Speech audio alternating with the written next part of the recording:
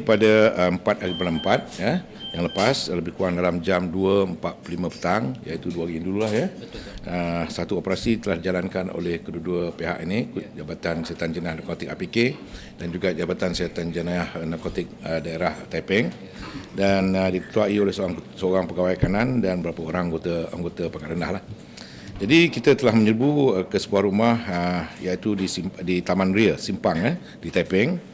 Dan semasa serbuan itu kita telah dapat menahan 2 orang lelaki iaitu berbangsa keturunan India lah ya. Salah seorang berumur 33 tahun.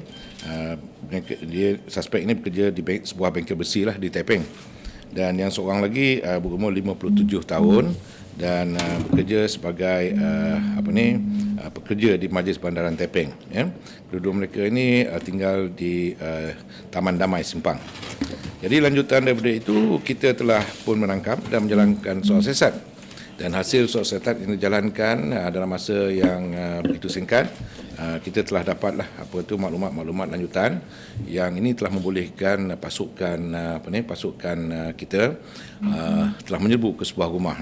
Jadi pihak polis terpaksa memecahkan grill yang berkenaan untuk memasuki rumah tersebut. Dan setelah dapat melepasi memasuki rumah tersebut, kita telah didapati terdapat 2 orang lelaki India lah ya, sejumlah dadah ya. Yang beratnya sebanyak berat kasar 2,875 gram, iaitu persamaannya lebih kurang dalam 6.4 pound lah ya. Jadi ini dadah jenis heroin ya. Dan turut dirampas ialah dadah jenis ganja iaitu seberat 1 kilogram, dan jumlah keseluruhan dadah tersebut dinilaikan lebih kurang dalam RM100,000. Jadi kedua-dua penama ataupun suspek yang ditangkap di rumah yang kedua ini merupakan berbangsa India lah ya, keturunan India, dan seorangnya berumur 22 tahun yang tinggal di Taman Aur Mesra, AUR Mesra, Taiping juga.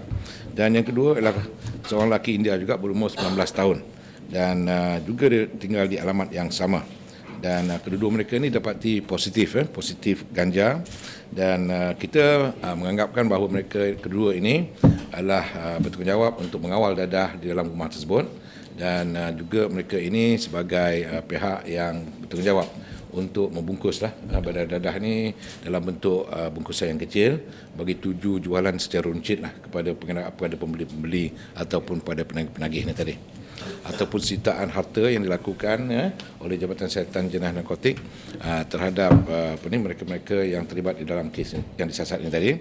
Jadi kalau kita lihat di sini, kita telah dapat menahan sebanyak 3 buah motorkar ya, dan jenis Toyota, Proton Wira dan juga Honda EX5 ya. Dalam masa yang sama, kita juga telah menahan sebanyak 6 buah motosikal 6 buah motosikal. Dan kita percaya harta ini adalah dibeli di atas hasil jualan dadah ya. Dan selain daripada itu, kita telah pun dapat kita telah merampas juga handphone dan barang-barangan emas lah ya, seperti cincin, rantai dan sebagainya. Dan juga kita telah kita telah merampas buku-buku akaun mereka yang berkenaan, yang keseluruhannya kita dapati jumlah yang kita rampas ataupun yang telah pun kita sita ialah sebanyak RM250,000 lah lebih kurang. Dan wang tunai bersama mereka ketika itu sebanyak RM12,000 lah. Okay. We are not going to stop. Kita tidak akan berhenti dan kita akan tentukan bahawa tindakan seperti ini akan dilaksanakan dari masa ke semasa.